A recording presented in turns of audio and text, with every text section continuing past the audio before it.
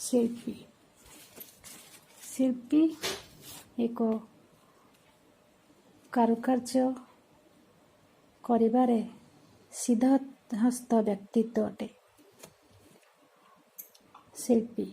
ଶିଳ୍ପୀ ନିଜ ମନର ଯେତେ ଭାବଧାରାକୁ ତାର ଲିହଣ ମନରେ ଫୁଟାଇଥାଏ ଆଉ ସୁନ୍ଦର ଏକ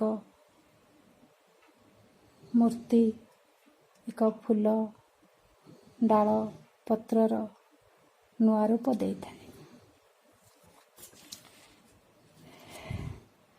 ସୂର୍ଯ୍ୟ ଦେବତାଙ୍କ ସୁନେଲି କିରଣ ପୃଥିବୀର ନୀଳ ସବୁଜିମା ଉପରେ ପଡ଼ିଲା ପୂର୍ବରୁ ଶିଳ୍ପୀଟି ନିଦ୍ରା ଦେବୀଙ୍କ କୋଳ ତ୍ୟାଗ କରି ଉଠିଯାଏ। ଆଉ ପକ୍ଷୀମାନଙ୍କର ମଧୁର ଗୁଞ୍ଜରଣ ସବୁରି କାନରେ ପଡ଼ିବା ଆଗରୁ କାନରେ ପଡ଼େ ପଥର ଦେହରେ ଶିଳ୍ପୀ ଲିହଣ ମନର ଠକ୍ ଠକ୍ ଶବ୍ଦ।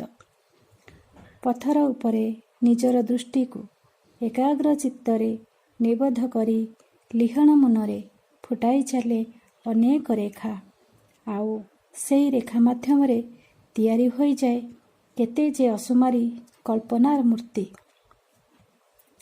ଏମିତି ଏକ ନିଦୁଆ ସକାଳରେ ବାଟୋଇଟିଏ ସେହି ବାଟ ଦେଇ ଯାଉ ଯାଉ କ୍ଷଣିକ ପାଇଁ ଅଟକିଯାଏ ଶିଳ୍ପୀର ଲିହଣ ମନର ଶବ୍ଦରେ।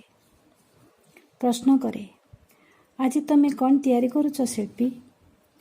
ମୁଣ୍ଡ ନ ଉଠାଇ ଏକାଗ୍ର ଚିତ୍ତରେ ନିଜ କଳା ନୈପୁଣ୍ୟତାକୁ ଶିଳାଧାରେ ଫୁଟାଇବାକୁ ଚେଷ୍ଟା କରୁଥିବା ମଣିଷଟି ଉତ୍ତର ଦିଏ, ଈଶ୍ୱରଙ୍କ ଇଚ୍ଛା। ଈଶ୍ୱରଙ୍କ ଇଚ୍ଛା? ପଥଚାରୀର ପ୍ରଶ୍ନ।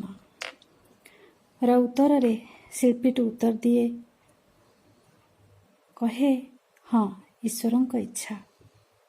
ଆଚ୍ଛା ତୁମେ କୁହ ପଥଚାରୀ, ରାସ୍ତାରେ ଆଗେଇ ଗଲେ ତୁମେ କ'ଣ ଭେଟିବ, କାହାକୁ ଭେଟିବ, ତାର କିଛି ସଠିକ ଖବର କହିପାରିବ?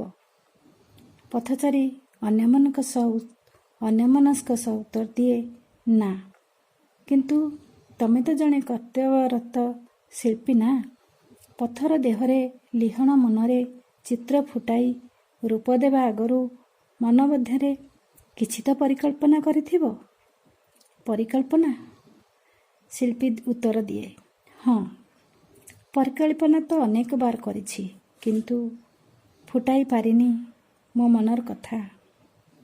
ତା ପୂର୍ବରୁ ଈଶ୍ୱର ମୋ ଆଖି ଆଗରେ ତାଙ୍କର ସୃଷ୍ଟିକୁ ଠିଆ କରାଇ ଦିଅନ୍ତି।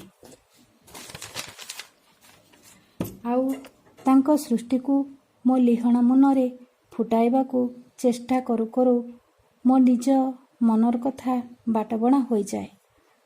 ହଁ, ତା ତ ସତ। ପଥିକ ବିବଶ ହୋଇ ଉତ୍ତର ଦିଏ, ହଉ ଶିଳ୍ପୀ, ମୋତେ ଅନେକ ବାଟ ଯିବାର ଅଛି। ବିନା ଉତ୍ତରରେ ଶିଳ୍ପୀ ତା କାମରେ ନିମଗ୍ନ ହୋଇଯାଏ। ପଥର ଦେହରେ ଶିଳ୍ପୀ ଈଶ୍ୱରଙ୍କ ଇଚ୍ଛାକୁ ରୂପ ଦିଏ। ଦିନ ବିତେ, ମାସ ବିତେ, ଏମିତି ଅନେକ ବର୍ଷ ବିତିଯାଏ।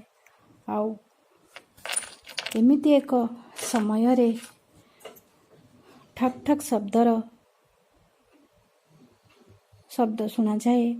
ଏକ ବଙ୍କୁଲି ବାଡ଼ିଧାରୀ ବ୍ୟକ୍ତିଟି ଆସ୍ତେ ଆସ୍ତେ ଶିଳ୍ପୀ ପାଖ ଦେଇ ଯାଏ। ଆଉ ଶିଳ୍ପୀ ଶିଳାଦେହରେ କଳାକୃତି ଫୁଟାଇ କେତେବେଳେ ଯୌବନର ଶକ୍ତ ପ୍ରହାର ବାର୍ଦ୍ଧକ୍ୟର ଶିଥିଳତାରେ ପରିଣତ ହୋଇଯାଏ ଶିଳ୍ପୀକୁ ଜଣାପଡ଼େନି।